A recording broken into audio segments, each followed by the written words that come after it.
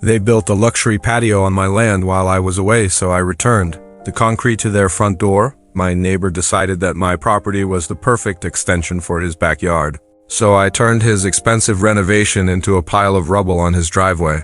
I own 20 acres of wooded land in Oregon. It's dense, private, and clearly marked with no trespassing signs. I work on oil rigs, meaning I'm gone for weeks at a time. My new neighbors, the Millers, knew this. They had asked twice to buy a strip of my land to expand their backyard, and twice I told them it wasn't for sale. I came home from a 3-week shift expecting peace and quiet. Instead, I heard music. I walked to my southern property line and couldn't believe my eyes. The Millers had cleared a huge section of my pine trees and poured a massive concrete patio, complete with a built-in fire pit and retaining wall. It extended 30 feet onto my land.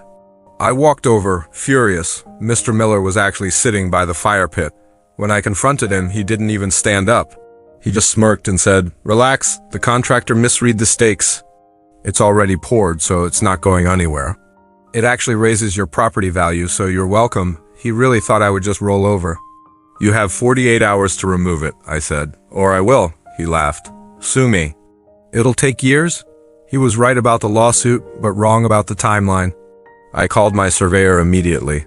He confirmed the encroachment in writing. Then I checked the local statutes. In my county, if a structure is built on your land without permission, you have the right to remove the obstruction. I didn't sue.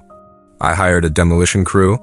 2 days later, while the Millers were at work, the crew arrived with jackhammers and a skid steer. We didn't touch the part on his land we cut strictly along the survey line. We smashed the concrete, ripped out the retaining wall, and piled the expensive stone blocks into a dump trailer. But I didn't haul it to the dump.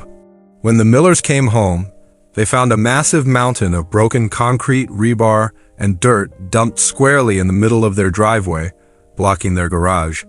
I left a note on top. "Here's your property value back." He called the cops, screaming about vandalism.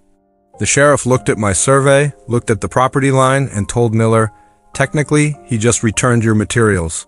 "This is a civil matter," Miller tried to sue for damages. The judge not only threw out his case, but ordered him to pay me $15,000 for the timber trespass because cutting down trees on someone else's land carries triple damages here.